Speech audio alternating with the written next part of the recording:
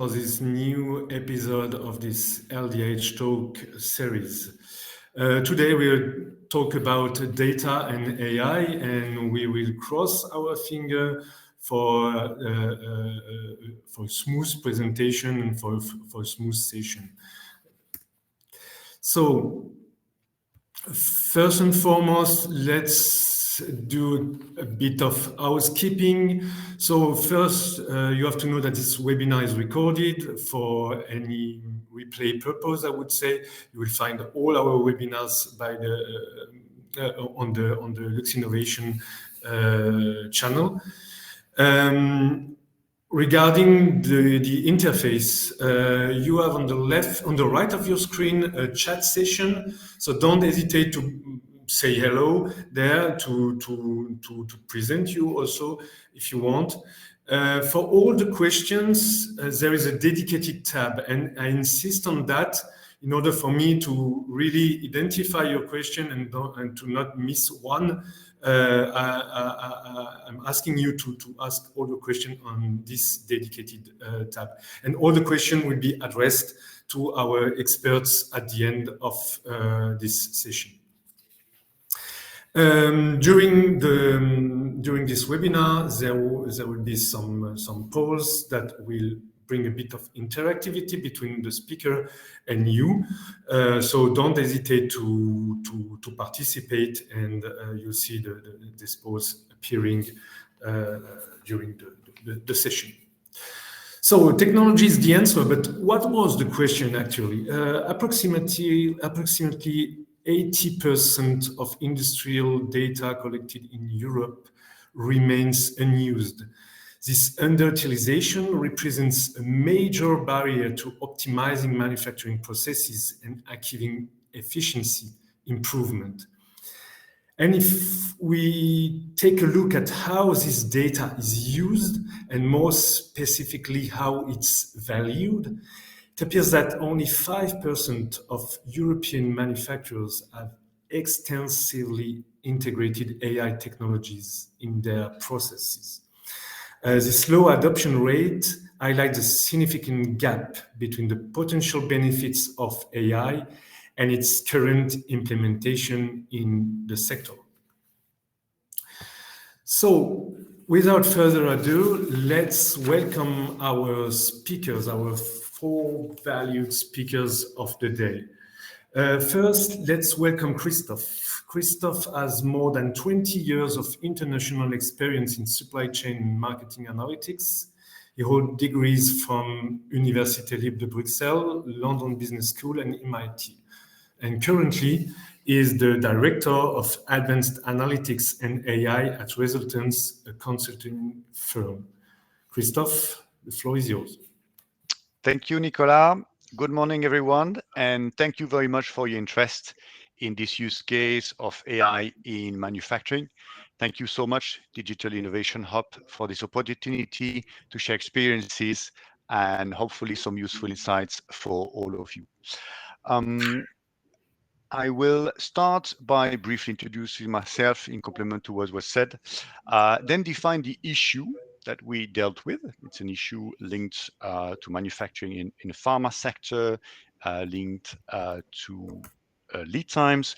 Then I'll explain how we solve that step by step, share the impact that we've measured until today, and make sure we all bring home some clear takeaways. So, as Nicolas mentioned, work in the consultancy called Resultants. Resultants started here in Luxembourg 22 years ago, and now has offices in Belgium, Luxembourg, of course, and France. Our value proposition is focused on tangible impact and pay for performance based on main competencies in operational excellence, digital transformation, and change management. So, issue that we dealt with, and a bit of context here to make sure we understand. We are talking about a manufacturer and distributor of vaccines. Vaccine production is relatively complex and follows production steps that we could call bird preparation, then formulation, filling when the liquid vaccine is put into those small boxes or small bottles, packing, and finally shipping. The main issue here is long and volatile production lead time. So if you own long and variable lead times, which causes several problems. For instance, Désolé hein, high c'est un peu inventories. chaud. Oh, Nicolas, Mais sorry, sinon, Nicolas, we can hear you. Can we please cut your microphone? Thank you. So first problem is high inventories, especially of semi-finished products, not so much finished products, because the company applies a make to order policy, though they pack to order, they ship to order. So a lot of semi-finished products in stock in inventories.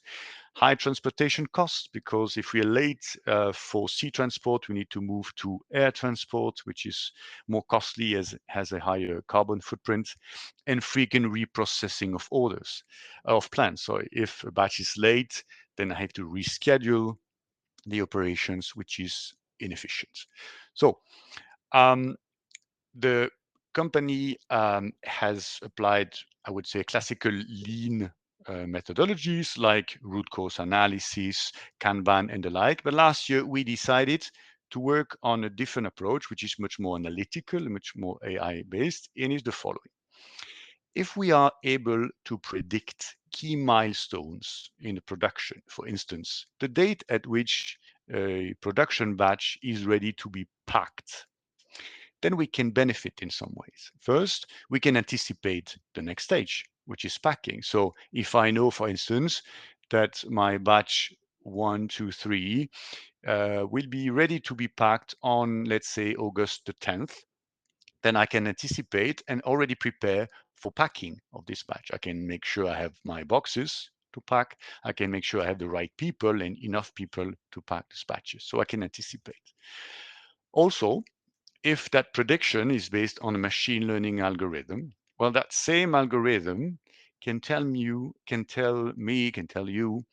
where the risk of delay is concentrated. So for instance, for my batch 1 to 3 again, okay, it's delayed and until August 20th.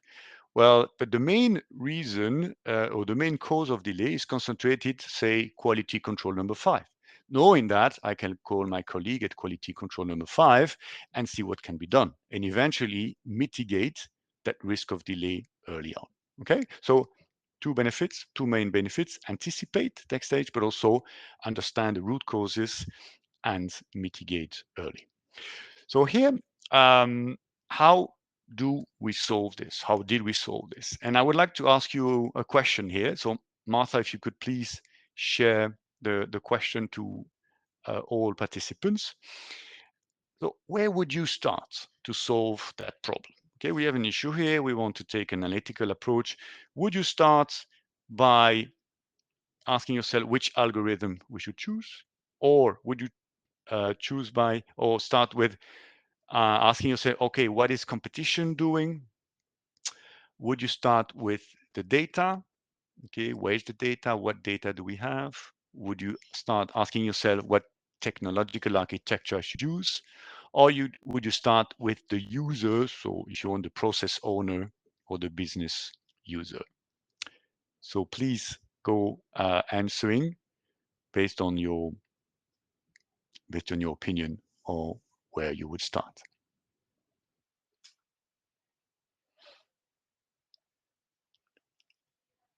Hopefully it works properly. I don't know if we should see the numbers or the answers.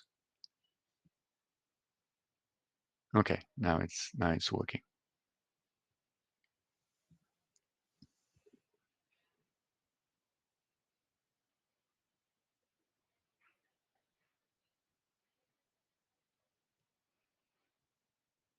Okay, I can see some answers around data, others around user.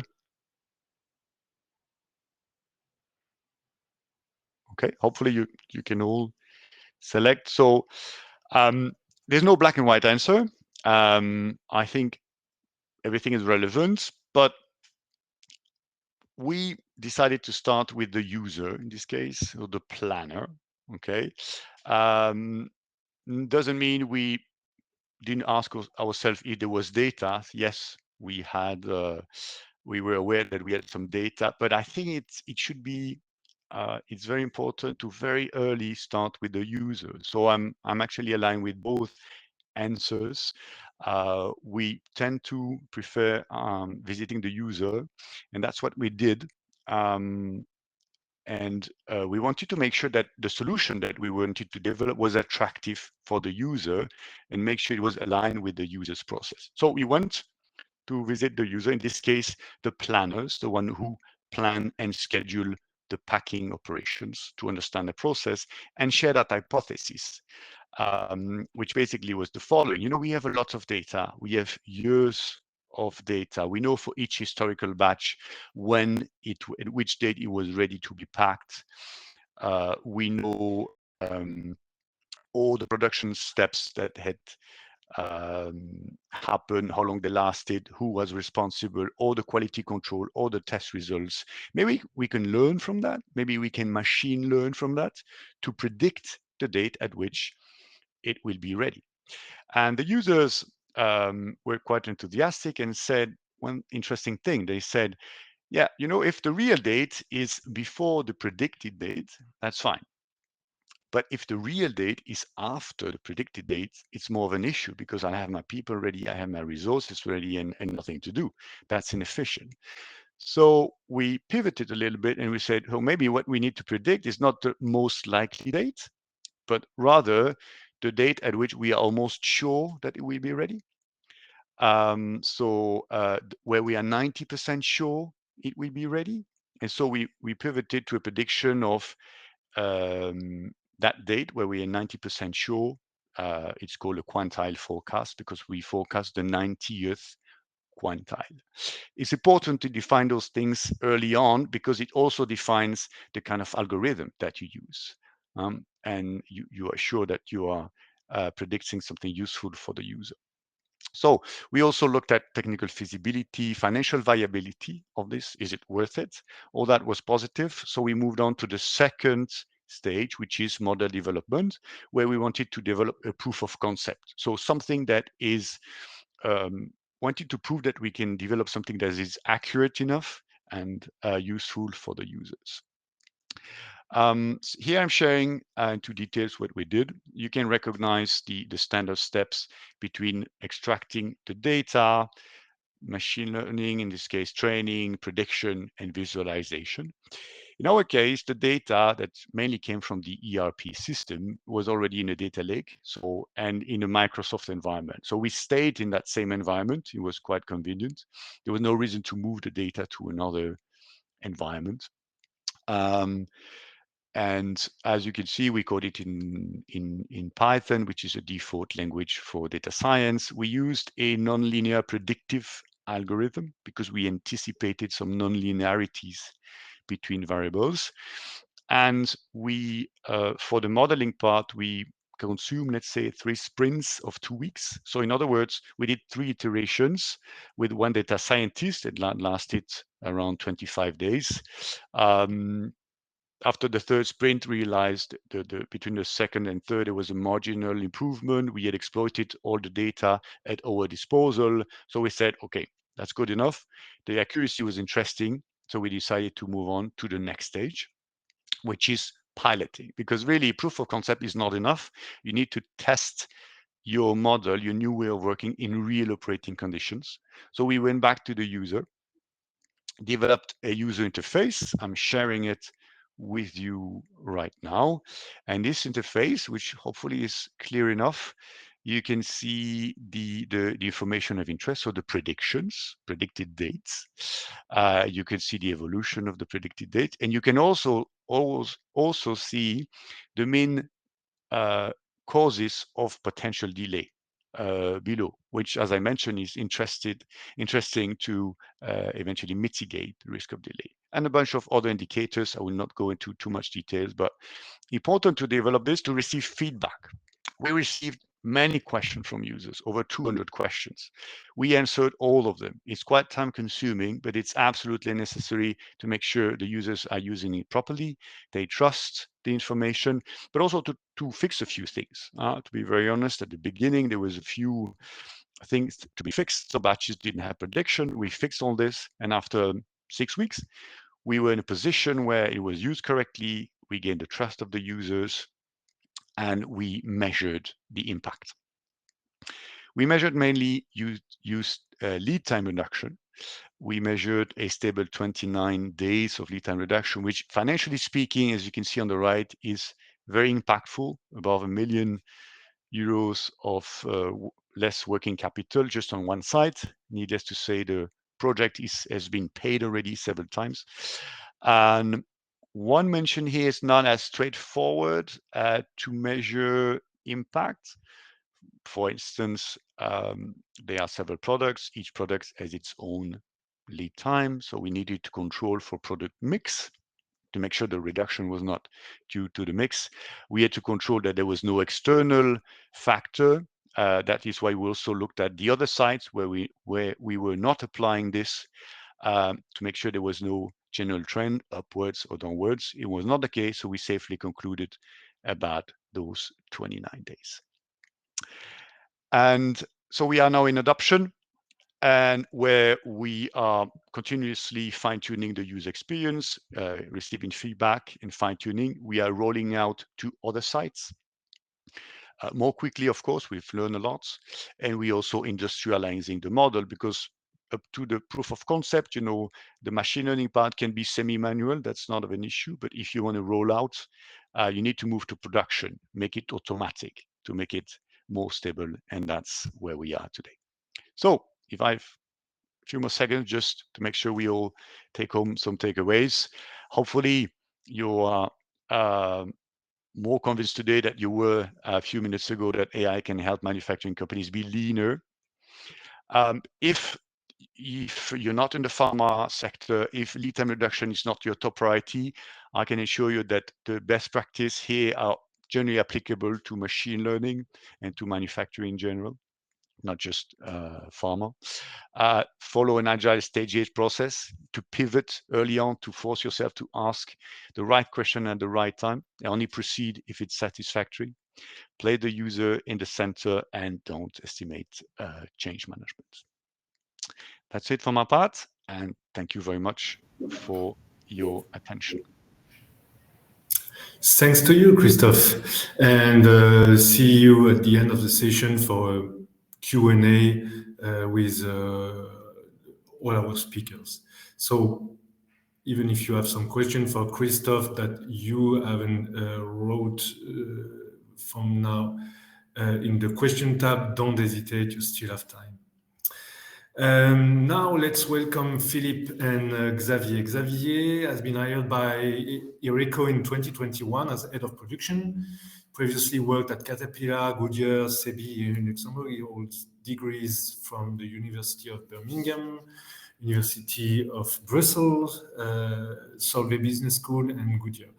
And Philippe is a digital expert at Wizata. He leverages AI to optimize manufacturing processes. It does this by bridging traditional and digital manufacturing, enhancing efficiency and innovation. And Philippe holds a BA from John Cabot University. Guys, floor is yours. Thank you, Nicolas, and thank you, Lux Innovation, for the opportunity, as well as esteemed guests and visitors. Hope you find this interesting. So today, both Wizata as a supplier and Ireco are presenting or giving you an update on this project that we started earlier this year, which we presented in one of the previous sessions of L-DIH Talks. As a refresher, we're going to give you a little bit of what we set out to do and where we are right now and what the next steps are. So hello everybody. So in terms of people who does not know Ireco is was established in 1971 and we were the first to import pistachio in Europe. We are a family-owned company, so the owner of the company is still Mr. Rafi, and we are one of the smallest, I would say, but we are very known into the private labels and discounters in Europe, and we have changed. Well, we are trying to improve our capacity in terms of roasting, and you have to know supermarkets and the whole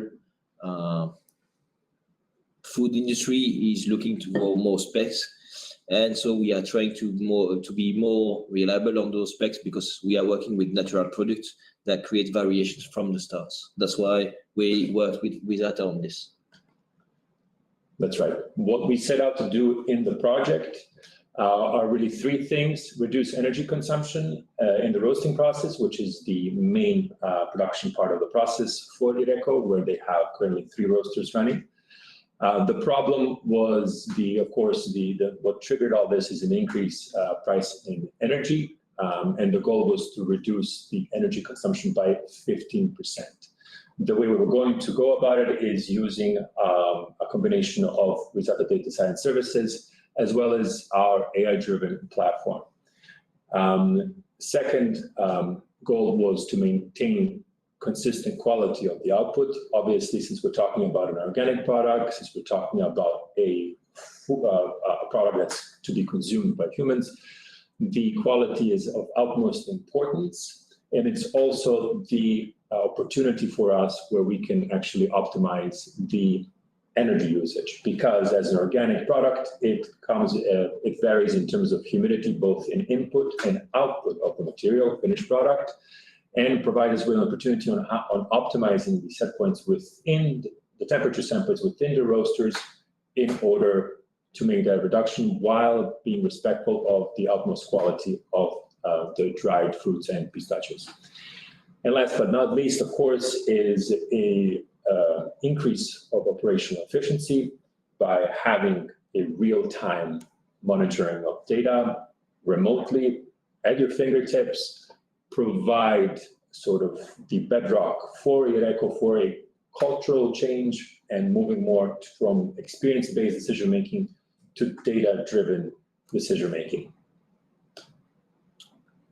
So just to give you an idea, yes, we have roasters, and we roast on, I would say, dry roasting. So basically, it's very simple. It's like your roaster at home, but the size is much larger.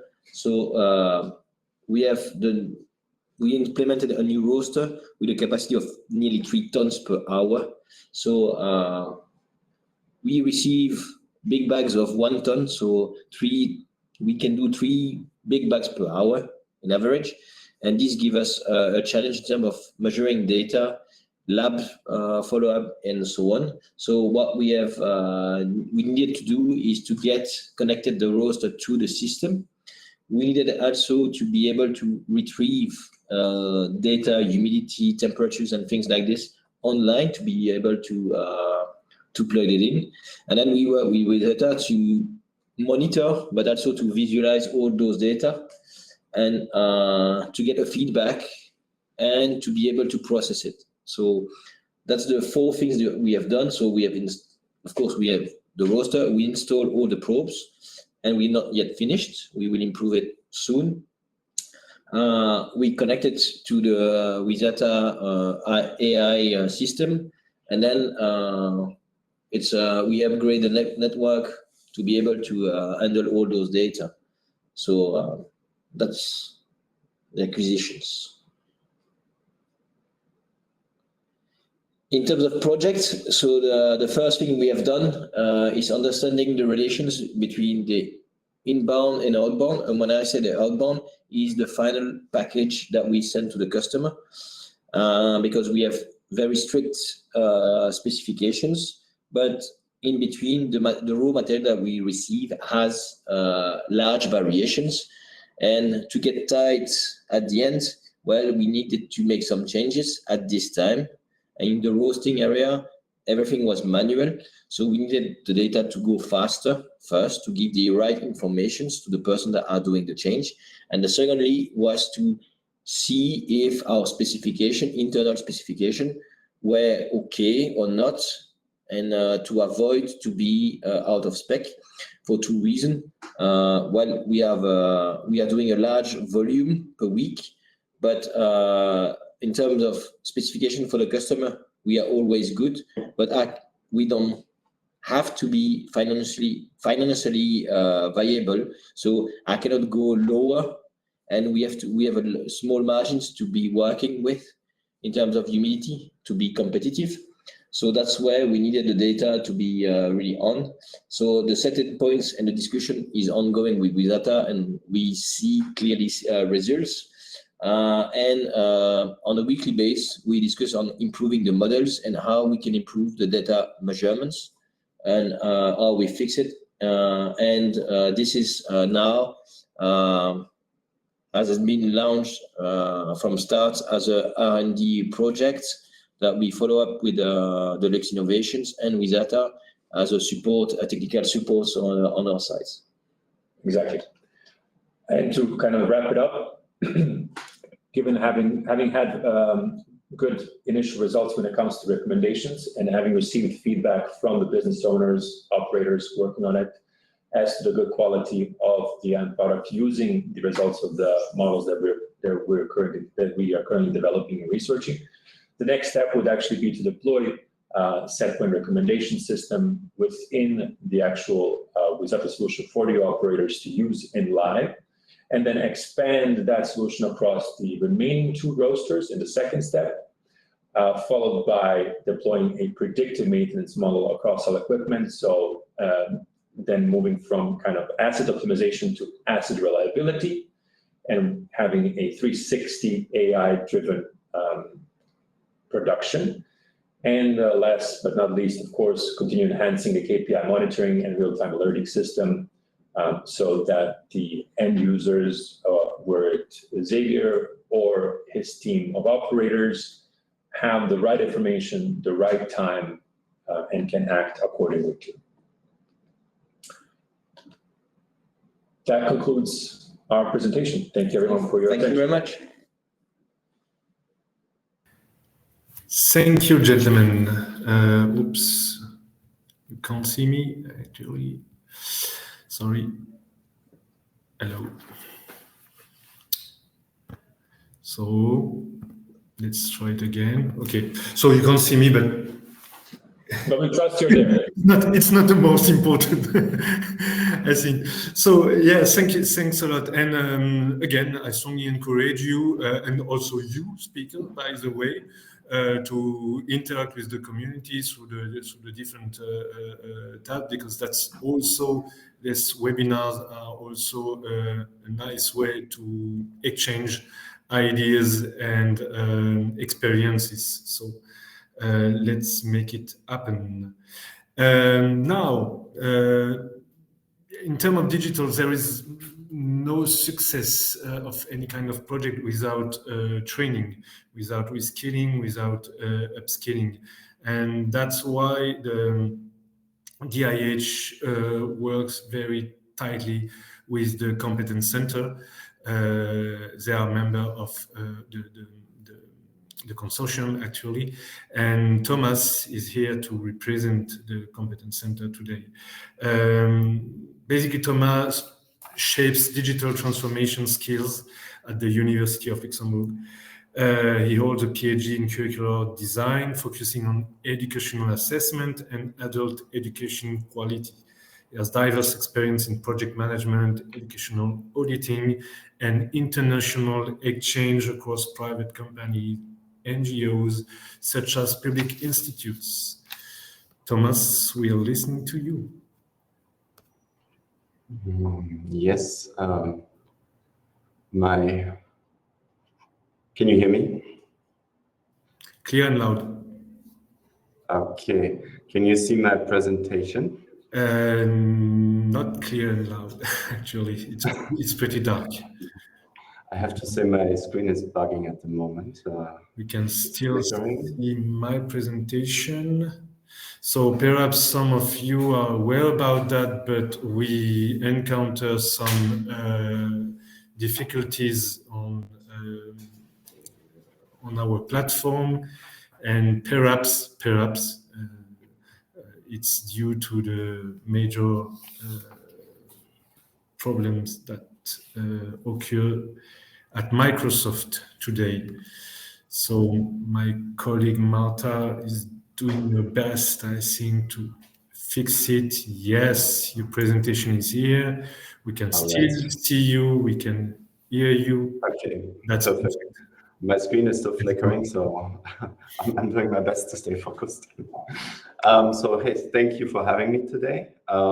Yes, we are going to talk about a little bit here on the idea of sustainable upskilling in the context of AI and machine learning. Sustainable upskilling means that you, as a company, take your employees along the journey on new inventions in the context of, or innovation in the context of machine learning and artificial intelligence. And for that, we will focus on three topics. First of all, it would be the scoping the field, demystifying AI, and something that we call AI literacy. The second would be groundwork, gathering training intelligence, and the third would be skills intelligence. For scoping the field, I am involved in a project from the Luxembourgish government as a whole that is executed in collaboration with us and the University of Luxembourg. And it's called Elements of AI. Some of you might have heard of this. I posted a link in the interactive box as well. So Elements of AI is a little special as it proposes different activities and a very holistic structure. So we have on the left side, we have a MOOC that can be completed at any given time by any participants. And it focuses mostly on fundamentals, on architectures, and generalized versus narrow AI. It focuses on the basics, and it is a great tool to gain some kind of idea what, for example, consultants are talking about when you are offered a new product. On top of that, we offer weekly webinars during the course program in Luxembourg, and the course program is supplemental to the Elements of AI MOOC. And the course program offers participants an opportunity to engage with the crowd in Luxembourg, with different networks, to join support groups and to also receive asynchronous support from us through forums and YouTube channels. The structure of the Elements of AI is a complex also in the sense that it is very defined and partners have distinct tasks. So we have, for once, we have Digital Luxembourg, who was responsible for the resources, for the finding the right partners. They add value to the network capabilities, and they obviously fund the project together with the other institutions that you see up there in the little icons. Then we have the service providers, that would be us and the University of Luxembourg. We take care of the execution, we offer academic support and contributions, and we also take care of marketing, recruitment, and the general visibility of the program. And this year we had a support from Digital Learning Hub, from Ethan, and from White and Co. And they mostly took care of support groups, of activating their own proper networks and reaching a larger portion of the society. In general, the Elements of AI is a part of the Luxembourg digital strategy to demystify the technology. It should raise awareness. It should reduce a certain gender bias when in professions where AI and machine learning play a role, and it should motivate learners to study further. And this further studies is something that we can take along on to companies and to their employees to develop a ground-up awareness of what machine learning and AI technologies can do for the company, instead of limiting oneself to the resources that are available through, for example, third-party consulting. The topics of this year's Elements of AI were here in Luxembourg of our webinars, were shared among different sections like fundamental properties, the histories, but also applications of AI in various fields. It stays relevant to the Luxembourg ecosystem. It was on explainable AI and challenges, ethical considerations of AI, but also on human AI collaboration and therefore future possibilities for technology adoption. The course was relatively successful this year. We still ranked 6th among European countries, as this MOOC is also offered in other European countries. We had 3,395 registrations since 2021, and we have quite a good completion rate in comparison to other courses that offer the same material. So you might ask yourself, why should we as a company? It's too general. So again, this gaining AI literacy is about knowing and defining new fields of activities that the company and its employees can develop in before it's brought to you from outside. Gaining a certain basic literacy in all departments of your company. What follows now in our offer and the offer that we provide in context of the L-DIH here, the organizers of this webinar, would be skills and training intelligence. And the next step then knowing where your employees stand after they might estimate their own positioning. For that, we as the Competence Center, in the context of L-DIH, we collect a training catalog where we apply new taxonomies to group trainings together. And that we feel, and based on expert input from across the consortium, are most relevant for companies and employees to develop and to align with new technological developments. We have at the moment, I can't read this myself. Sorry. We have trainings that we group in automation industry, connected industry, cybersecurity, digitalization, emerging technologies, industry outreach, industry data science, supercomputing, and soft skills. And the grouping here is not self-evident because if you are a little bit aware of how trainings work, the taxonomies are rigid often and not adapted to new technologies. So hence we try to provide some kind of training intelligence to see what trainings are offered, what trainings are sold, and where could these trainings support your innovation strategy. And for that matter, we also have a developer profile. So it's not just about knowing which trainings are out there, but it's then also knowing how your employees could best develop to support a certain technological innovation or a company vision. And for that, we are developing an occupational profile that tries to combine competences in IT and OT. The working name is the IT/OT generalist, and we are trying to, based on company input and based on our day-to-day work with companies, we are trying to find relevant trainings that can add this certain edge to somebody working in a IT-focused field or somebody working in engineering and not having the idea or the competences necessary to, for example, to implement predictive maintenance, because that would require knowledge of machine learning and algorithms. We are also looking at common foundations, and here the determinant of the complexity is not the depth of the application, but the scientific knowledge of different fields. So this common foundations here serves as an addition to specific trainings in applying tools, and it gives again a wider context, a scientific context. We also try to implement soft skills, but then we are faced with the challenge: what are soft skills in the context of industry 4.0, 5.0? So the problem is often with companies picking up training offers, and based on our experience, trainings are abundant, but companies are unsure what to train for in a continuously digitalized environment.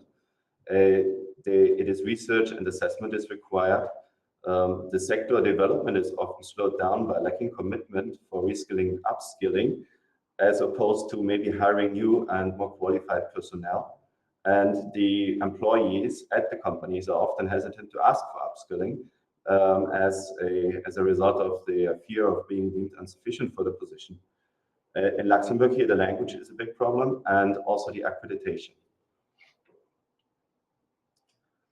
So in order to alleviate that, we are proposing a skills intelligence and a digital skills maturity assessment. The goal of the digital skills maturity assessment is to become aware of the next possible development of your employees by knowing where they stand, and to scope current and possible future fields of activities of employees and tie that with a vision of the company's development. For that, we offer the consortium, the L-DIH consortium here in Luxembourg, offers a digital maturity assessment as an entry point to see how and where the company, technology-wise, could take the next step in its digital transformation, and where they stand and how they compare with other companies. So this is an example of a result for an anonymous company of the DMA that was executed. And based on the digital maturity assessment, we from the Competence Center then conduct a digital skills assessment. How can these shortcomings or these future developments be tied to skill development? The advantages for skills assessment of existing employees that we found is it engages them. There's a higher engagement rate. There is a consistency, meaning that employees don't have to change positions. They can develop to meet the next better position to a training offer, and they can align with the company vision. It reduces biases. It confirms skills that employees might already have. And if you need to hire new personnel through skills intelligence, you can also improve hiring processes, and it makes the hiring process more efficient.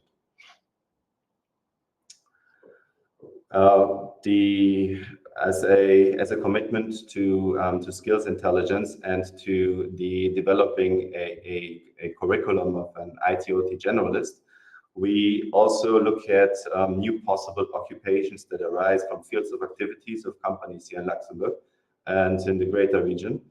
And we are developing learner profiles accordingly. The question is, who is it that we train to become what? And we organize workshops at the Competence Center. We organize workshops where we continuously get expert feedback and their ideas of new occupations, not just in engineering or in the core business, but also in the supporting departments, in the boardroom or the shop floor. And yes, which training components do people require for each occupation? The company benefits from a holistic approach like that. So first of all, AI literacy, scoping the field, training intelligence, and skills intelligence of employees through having a truly sustainable training program that is convertible into accredited positions, and that can be converted into trademark trainings where the company is part of the piloting, which might potentially be economic capital for the company. But through hands-on practices and to providing a space to do so, companies can also assume social responsibilities in engaging in such partnerships. So we can only encourage you to see the potential of a sustainable training roadmap support. And if you want to do that, contact us. and we would be happy to advise you on how to do it and the next steps for your company. Thank you, Thomas. Thanks a lot. And I can surely strongly encourage all the people that are here to contact you, because that's really a great job that you do to map nearly in real time all the training offers, I would say, that you could find in the country and perhaps also abroad if needed. So training people is essential, and having someone who could guide you in this is really a gift. So let's come back all together on stage and for an open discussion, for addressing all the topics, all the questions. There is someone called Nicholas who asked a lot of questions in the question tab, actually. And this guy, you won't see him because it appears that he couldn't activate his camera. Anyway, but not a problem. So, one of the first questions that raised the top of my mind, it was during the pitch of Christophe. It's about the budget, the part of the project, I would say, that should be dedicated to precisely upskilling and reskilling people in the company. So that the idea came from the discussion, from the pitch of Christophe, but for sure, everybody could answer. No problem with that. So we want to start on this one about the part of the reskilling and upskilling in a successful AI and data project. I'm happy to take that one. So thank you for the question. It's a great question. I would separate between the training really linked to the project, for instance, business users, from the training in general that a company should organize, seeing more in the long term, because for the first one, it's really, we can talk about the percentage of the total budget because it's linked to the project. Whereas if you want to train some people to upskill and, for instance, not only know the business, know the process, but also know about AI, machine learning, optimization, and so on. So I think you should take maybe a longer term perspective, not linked necessarily to a project. So to stick to a budget, we tend to see training as part of change management, okay? Because we believe that change management is about yes, training, but getting feedback, answering to those feedback, helping people understand what is doing, and what we do is we try to allocate between 30 and 50% of the project cost to change management in a broad sense. Okay, that includes communication, that includes formal training, but that also includes follow-up meetings, feedback sessions, and so on. Not all companies accept that. So it's not easy to convince them to allocate between 30 and 50% to change management, but we really try hard, and sometimes we succeed. We would never accept a project without any change management. So say 30-50, and training is part of it. That gives you a reference. Thanks a lot for this precious insight. And what about you, Philippe?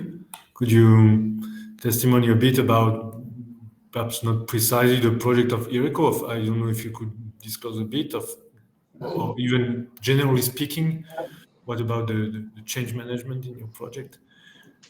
So in terms of change management, it's very important that the supplier works directly with the team that's applying it. The close collaboration and communication is absolutely paramount, because that plays a very important role when it comes to the adoption. One way to do that, of course, is to involve them within the actual process of deployment of the solution, so that the actual users take ownership of the new technology coming on or the new solutions being installed, and therefore they are aware. The last thing you want is to develop something that's cool, a Ferrari. I had one of our clients say, I can't have a Ferrari and have no one know how to ride it, right?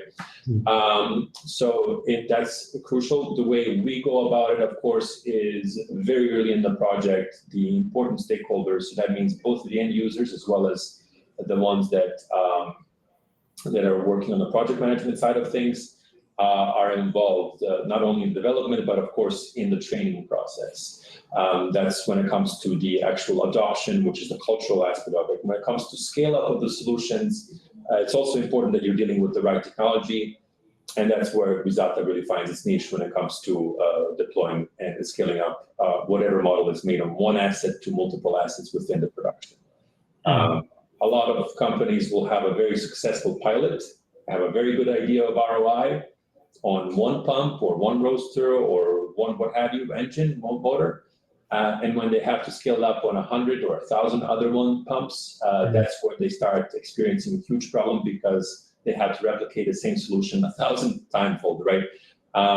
So the right tool to actually offer that kind of templating of solutions is crucial in the scale up of whatever is developed in AI to actually maintain the projected ROI and to reduce the operational costs. Okay, interesting. Thanks a lot for sharing with us. And perhaps I will change a bit the question for you, Thomas.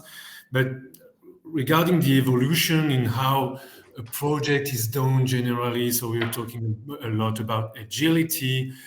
Philippe just mentioned some pilot project. We could hear also about a minimum viable product and so on and so forth.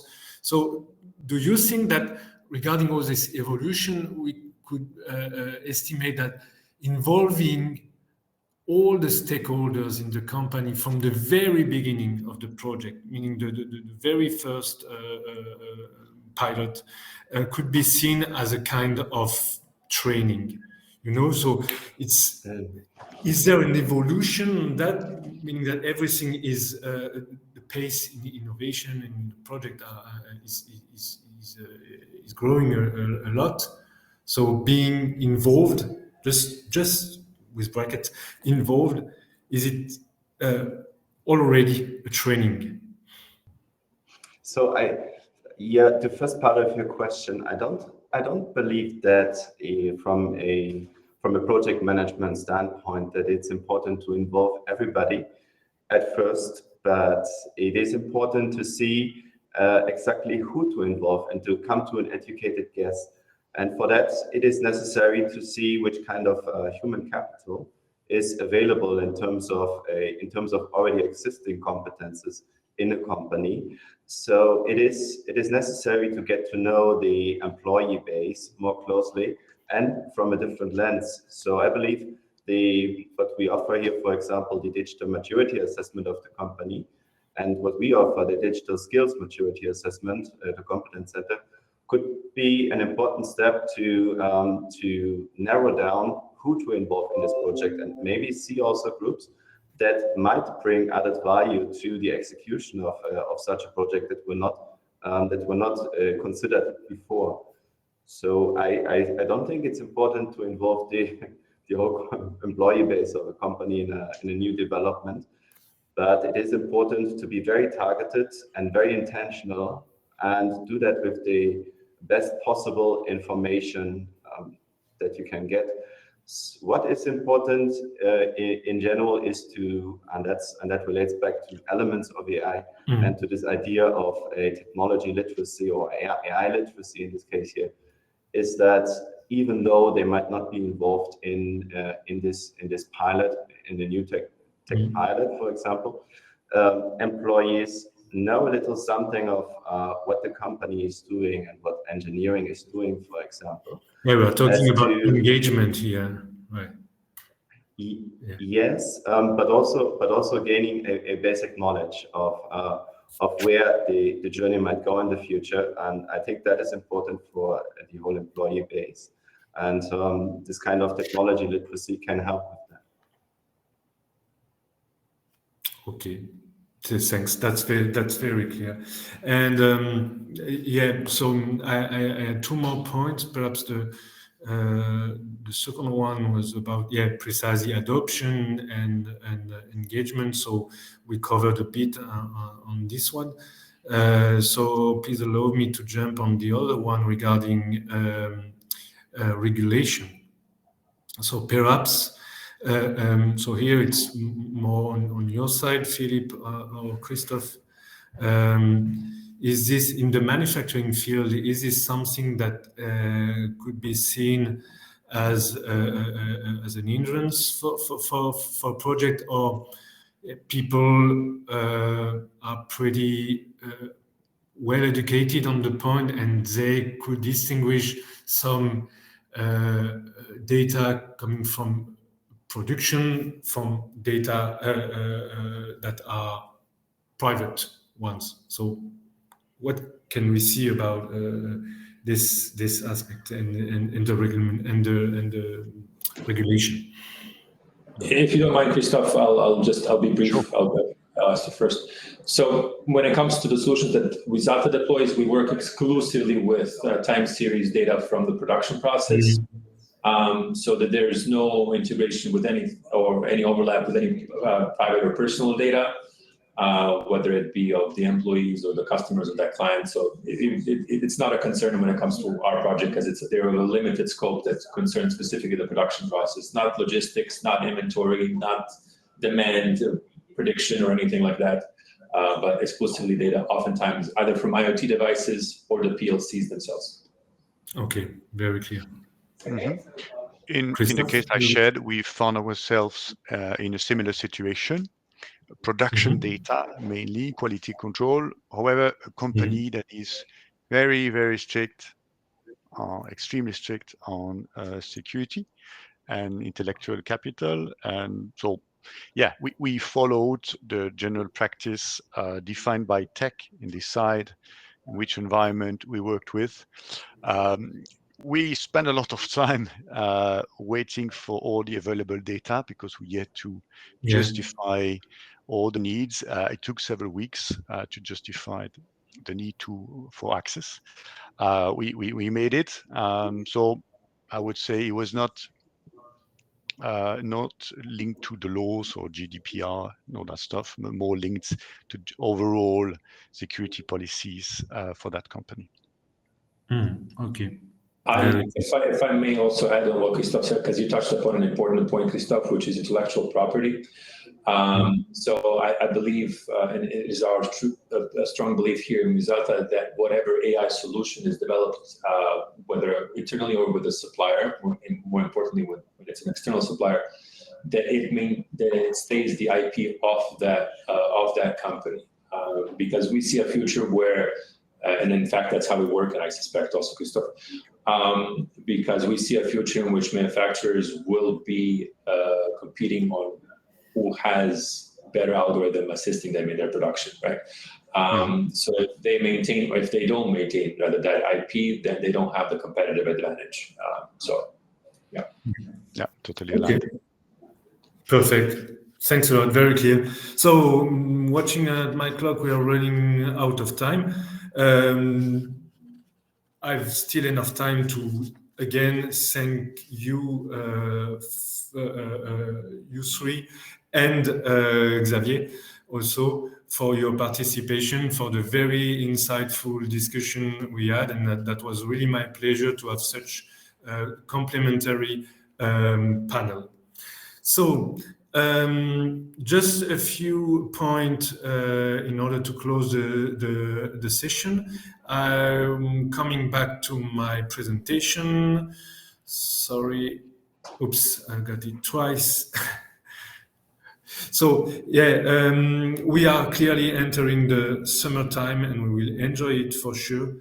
So the next event that will occur in the context of this DIH, it will be one workshop powered by another of our consortium member, the LIST. It's about precisely data acquisition and visualization, so perfectly aligned, I would say, with this first workshop. And we will have also on the end of September and beginning of October the DIH on tour. So I'm strongly confident in the fact that all of you already know that, and I strongly recommend you, for the ones that haven't participated yet, to pre-register and to be here with us, because it's always a nice moment of networking, but also of serendipity. You can't imagine how many contact and exclusive contact that you can do during this event. So thanks a lot. I wish you all a nice summer period, and that will be my pleasure and the pleasure of all the team to see you in September. Sorry. See you. Bye.